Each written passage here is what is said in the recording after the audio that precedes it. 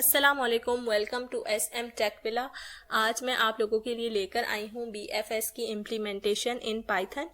अगर आप लोगों ने मेरी थ्योरी वाली क्लास नहीं देखी जिसमें मैं थ्योरी एक्सप्लेन की थी तो वो भी ज़रूर देखें, मैं लिंक दे दूँगी डिस्क्रिप्शन पे। ठीक है, तो मैं ये सोच रही थी कि क्लासेस के साथ साथ जितना मेरे लिए पॉसिबल हो, जितना मैं टाइम निकाल सकूँ, इम्प्लीमेंटेशन भी साथ साथ लेकर आऊँ आप लोगों के लिए। ठीक है, तो यहाँ पर मैं आप लोगों को पाइथन में क्या कुछ हो रहा है वो नहीं समझाऊंगी। मैं आप लोगों को यहाँ पे बीएफएस की इम्प्लीमेंटेशन किस तरह हो रही है वो समझाऊंगी। ठीक है, यहाँ पर हम कलेक्शंस की पैकेज में से इंपोर्ट करें डिफ़ॉल्ट डिक्ट को। ये डिक्शनरी की समझ लें कि डिफ़ॉल्ट क्लास है जिसको हम कलेक्शंस के पैकेज से इंपोर्ट कर रहे हैं। ठीक है, और यहाँ पर हम क्यू को इंपोर्ट कर रहे हैं क्यू के पैकेज में से। ठीक है, यहाँ पर मैंने क्लास बनाई है ग्राफ की। ठीक है, इसका कंस्ट्रक्टर है, ये कंस्ट्रक्टर पैरामीटराइज कंस्ट्रक्टर है। यहाँ पे समझने की सबसे मेन बात ये है कि इसमें हम पास क्या कर रहे हैं, डायरेक्टेड में हम सिर्फ ये पास कर रहे हैं कि हम ये बताना चाह रहे हैं कि हम डायरेक्टेड ग्राफ को डील कर रहे हैं या अनडायरेक्टेड ग्राफ को डील कर रहे हैं। ठीक है, तो जो भी हमारी वैल्यू होगी हम वो ट्रू और फॉल्स में बताएंगे और वो यहाँ पर सेव हो जाएगी। और यहाँ पर सेल्फ डॉट ग्राफ में डिफ़ॉल्ट डिक्शनरी हमने इनिशलाइज करवा दी है। ठीक है, लिस्ट है जिसकी वैल्यूज़ यानी कि लिस्ट के फॉर्म में होंगे। ठीक है, इसके अलावा अब हमारे पास नेक्स्ट फंक्शन है, उसमें है ऐड एच। ठीक है, इसमें हम बेसिकली क्या कर रहे हैं कि दो नोड्स पास कर रहे हैं, यू और V is nothing but nodes. ठीक है, तो हम नोड्स पास करवा रहे हैं। लेट्स से कि हमने नोड पास करवाया ए और बी। ठीक है, तो यहाँ पर जो यहाँ पे हमने ऊपर पैरामीटराइज कंस्ट्रक्टर में डायरेक्टेड करवाया था या अनडायरेक्टेड ग्राफ है वो बताया था, उसकी मेन इम्प्लीमेंटेशन या मेन पर्पस जो काम है वो यहाँ पर हो रहा है। ठीक है, कि अगर तो डायरेक्टेड ग्राफ है तो वो क्या करेगा कि एक एज ड्रॉ कर देगा ए और सी के दरमियान। ठीक है, जिस तरह के मैंने थ्योरी में भी बताया था कि वो क्या करेगा कि जैसे ए है और सी है, इनके दरमियान वो इस तरह का एक एज डाल देगा। ठीक है, डायरेक्टेड है। तो अनडायरेक्टेड है तो क्या होगा कि ए और सी के दरमियान सिंपल सी एज आ जाएगी। उसका मतलब ये है कि वो बाई डायरेक्शनल है। ठीक है, यहाँ पर इम्प्लीमेंटेशन के पॉइंट ऑफ व्यू में असल में हो रहा क्या है कि ये डिक्शनरी को की पास कर रहा है ए। ठीक है, ए पास करेगा एज की। ठीक है, और उसके लिस्ट में वैल्यू डाल देगा सी। ठीक है, इफ इट इज डायरेक्टेड।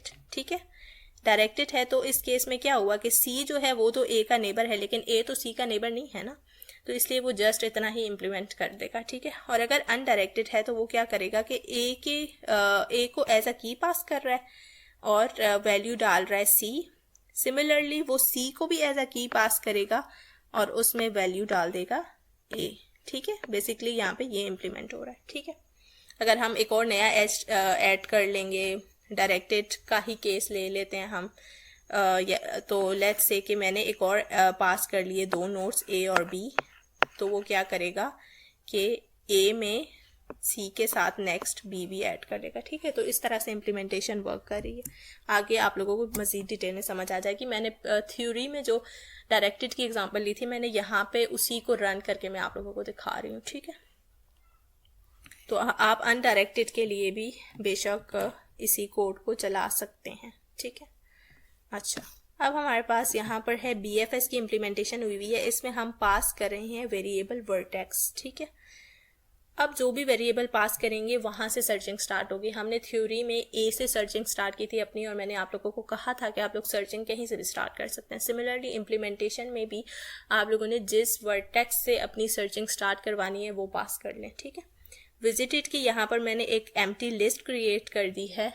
ठीक है, जिस पे हम ये रखेंगे कि कौन कौन से नोड विजिट हो चुके हैं। ठीक है, उन नोड्स को हम विजिटेड की एरे में पुट करते जाएंगे। अब मैंने यहाँ पे क्यू को इनिशियलाइज करवा दिया है, और सबसे पहले क्या किया कि मैंने क्यू के अंदर पुट कर दिया वो वाला वर्टेक्स को जहाँ से जहाँ से हमारी सर्चिंग स्टार्ट हो रही है। लेट्स से कि ए से स्टार्ट कर रहे हैं हम, तो क्यू में हमने सबसे पहले ए को पुट कर लिया, जिस तरह से थ्योरी में समझाया था बिल्कुल वैसा ही। यहाँ पे क्या हो रहा है कि जब तक क्यू एम्प्टी नहीं हो जाता तब तक हम क्या करेंगे कि क्यू के एलिमेंट को रिमूव करेंगे। सबसे पहला एलिमेंट जो क्यू के अंदर इंसर्ट हुआ था वही रिमूव होगा। यहाँ पे देखिए हमने वर्टेक्स को इंसर्ट किया था जो कि ए था। ठीक है, हमने ए को ही रिमूव कर लिया और उसको फिर से वर्टेक्स के वेरिएबल में सेव कर लिया। ठीक है, अगर वर्टेक्स विजिटेड है, ये भी तो हो सकता था ना कि ए पहले विजिट हो चुका हुआ। ठीक है, तो उस केस में क्या होगा कि ये इस आइट्रेशन को छोड़ के नेक्स्ट आइट्रेशन में चला जाएगा, ठीक है। यानी कि जो नोड विजिट हो चुके हैं, हो सकता है कि इस इम्प्लीमेंटेशन के अकॉर्डिंग वो क्यू के अंदर पुट हुए हों दोबारा, ठीक है। तो हमने यहाँ पे क्या किया कि उसको क्यू से बाहर निकाल दिया, यानी कि उससे फर्दर सर्चिंग नहीं की, उसको क्यू से बाहर निकाल दिया क्योंकि वो विजिटेड था, और हम नेक्स्ट आइट्रेशन पे चले गए। सिंपल सी बात यही है, ठीक है। तो यहाँ पर हमने क्या किया, अगर तो इफ का कंडीशन जो है इम्प्लीमेंट नहीं होता, लेट्स से कि हमारा वर्टेक्स जो है वो विजिटेड नहीं था, तो उस केस में क्या होगा कि वो वर्टेक्स क्यू से रिमूव हुआ और प्रिंट हुआ और उसके बाद विजिटेड में अपेंड हो गया। क्यों? क्योंकि वो विजिटेड पहले नहीं था, अब तो हो चुका है ना विजिटेड। उसके बाद यहाँ पे फॉर लूप लगी हुई है। फॉर लूप कर रहा क्या इधर, सेल्फ डॉट ग्राफ में हमने उस वर्टेक्स को एज अ की पास किया। मैंने कहा था कि ए है, और मैंने आप लोगों को बताया था कि ए के जितने भी नेबर्स होंगे वो डिक्शनरी में उसके वैल्यूज़ की लिस्ट में सेव हुए होंगे, ठीक है। तो वो उनकी आइट्रेशन है, ठीक है। लेट्स से कि ए के हमारे पास लेट्स से 3 नेबर्स हैं, जिस तरह मेरे प्रीवियस एग्जांपल जो मैंने इसमें सेम ली है, तो उसमें क्या होगा, बी, सी और एफ था, ठीक है। तो क्या होगा कि ये फॉर लूप 3 आइट्रेशंस करेगा क्योंकि इसके 3 नेबर्स हैं, ठीक है। फर्स्ट आइट्रेशन में क्या करेगा, ये नन क्या है वो मैं आप लोगों को आगे समझाऊंगी, आप लोगों को समझ आ जाएगी, ठीक है। तो हर आइट्रेशन में वो क्या करेगा कि क्यू में बारी बारी उसके नेबर्स को पुट कर देगा, जिस तरह थ्योरी में भी हमने किया था कि ए के जो नेबर्स थे बी, सी, एफ थे, तो उनको हमने क्यू में पुट कर लिया था। यहाँ पे बस उसकी सिंपल इम्प्लीमेंटेशन हुई है, ठीक है। तो नेक्स्ट आइट्रेशन में क्या होगी कि नेक्स्ट आइट्रेशन में यहाँ से फिर से स्टार्ट होगी, ठीक है। यहाँ से हमारा फिर से स्टार्ट होगा। तो नेक्स्ट आइट्रेशन में लेट्स से कि क्यू में पहला एलिमेंट बी है, ठीक है। तो इस केस में क्या होगा कि बी को रिमूव करेंगे क्यू से, चेक करेंगे कि वो विजिटेड तो नहीं था, फिर उसको प्रिंट करेंगे, विजिटेड में अपेंड करेंगे। फिर अब बी के जो नेबर नोड्स होंगे ना, जो कि डिक्शनरी में सेव हुए होंगे लिस्ट में, ठीक है, तो उनके ऊपर आइट्रेशन होगी अब, ठीक है। और इसी तरह उनके नेबर्स को क्यू में पुट करेंगे एंड सो ऑन, इसी तरह आइट्रेशन चलती रहेंगी। आई होप कि आप लोगों को समझ आ गई होगी कि किस तरह से ये काम कर रहा है, ठीक है। अब हम देखते हैं कि मैंने जो एग्जाम्पल थी उसी को इम्प्लीमेंट किया है, तो वो किस तरह किया है वो देख लेते हैं, ठीक है। अब आगे मैंने ये कहा कि हमारा जो ग्राफ था, जो मैंने एग्जांपल ली थी, वो याद होगा आप लोगों को, ये डायरेक्टेड था, तो मैंने उसको ट्रू कह दिया कि ग्राफ को बता दिया कि ये डायरेक्टेड ग्राफ है। यहाँ पे मैं एजेस ऐड कर रही हूँ, ए और बी के दरमियान एक एज ऐड किया, और डायरेक्टेड है इसलिए ए के डिक्शनरी में ए एज अ की पास होगा और बी जो है एज वैल्यू पास हो जाएगी, ठीक है। फिर सिमिलरली ए एज अ की पास हो रहा है और सी जो है एज वैल्यू पास हो रहा है, और ए एज अ की पास हो रहा है, एफ उसकी वैल्यू के तौर पे पास हो रहा है, ठीक है। फिर अब बी एज अ की पास होगा और ई उसकी वैल्यू के तौर पर पास होगा, और एंड सो ऑन, ठीक है। अब जी के आगे नन लगा हुआ है। आपको याद होगा कि जी जो था उसका कोई भी नेबर नहीं था, ठीक है। तो इसीलिए अनडायरेक्टेड या डायरेक्टेड किसी भी केस में आप लोगों को उस एच के तौर पर काम आएगा जिस एच का फर्दर कोई भी चाइल्ड नहीं है। मोस्टली ये डायरेक्टेड के केस में ही होता है।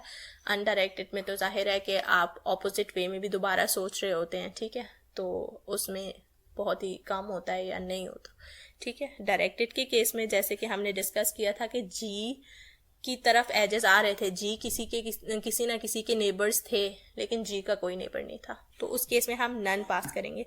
तो यहाँ पे ये नन यही बता रहा है, ठीक है।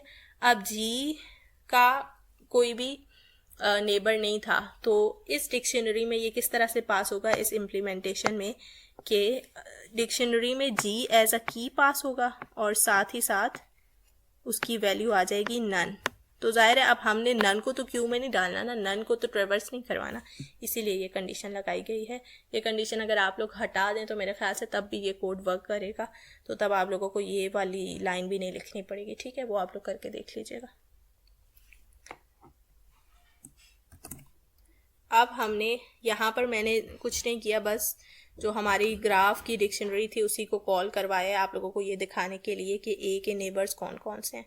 ए के नेबर्स बी, सी, एफ है, बी का नेबर ई है, सी का डी है। वही बिल्कुल वही एग्जांपल है ग्राफ की जो मैंने आप लोगों को पढ़ाया था, ठीक है। और जी का कोई नहीं है तो नन पास करवाया था मैंने, ठीक है। अब यहाँ पे मैंने फंक्शन कॉल किया बी एफ एस का, उसमें पास करवाया मैंने ए को, ठीक है, वर्टेक्स ए को। तो ये हमारे पास रिज़ल्ट आ गया ट्रिवर्स होके। आप बिल्कुल मैच कर सकते हैं मेरी वीडियो में जाकर कि जो मैंने थ्योरी में करवाया था आप लोगों को सॉल्व, उसमें भी बिल्कुल यही आया था हमारे पास। ठीक है, तो ये थी इम्प्लीमेंटेशन VFS की पाइथन में। आई होप कि आप लोगों को समझ भी आ गई होगी, और अगर आप लोगों को ये वीडियो पसंद आया है तो लाइक करें, मेरे चैनल को सब्सक्राइब करें और आगे शेयर ज़रूर करें। Thank you so much. अल्लाह हाफिज़।